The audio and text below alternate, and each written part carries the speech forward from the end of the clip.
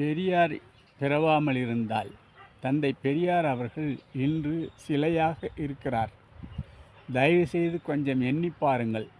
பெரியார் என்கிற ஒருவர் தமிழகத்தில் தோன்றில்லாமல் இருந்திருந்தால், அவருடைய பணி தமிழ் சமுதாயத்திற்கு கிடைக்காமல் போயிருந்தால், அவருடைய போராட்டங்கள் இந்த தமிழ் மண்ணிலே நடைபெறாமல் இருந்திருந்தால், இன்றைக்கு தமிழன் எவ்வளவு தலை தாழ்ந்திருப்பான், எந்த அளவுக்கு தமிழன் பொட்டு பூச்சிகளாய் உண்மை தேரைகளாய் மதிக்கப்படக்கூடிய நிலையிலே இருந்திருப்பான் என்பதை தயவுசெய்து எண்ணி பாருங்கள். இன்று அரசு அலுவலகங்களை பார்க்கின்றோம். அங்கே தமிழர்கள் ஏராளமானோர் பணியாற்றுகின்ற காட்சியினை காண்கின்றோம். தாசில்தார்களை பார்க்கின்றோம். அவர்களில் பலர் தமிழர்களாக இருக்கின்ற காட்சிகளையும் பார்க்கின்றோம். அதை போலவே மாவட்ட ஆட்சித்தலைவர்களை பார்க்கின்றோம். எல்லா இடங்களிலும் அல்ல, ஒரு சில இடங்களில் தமிழர்கள் இருப்பதை பார்க்கின்றோம்.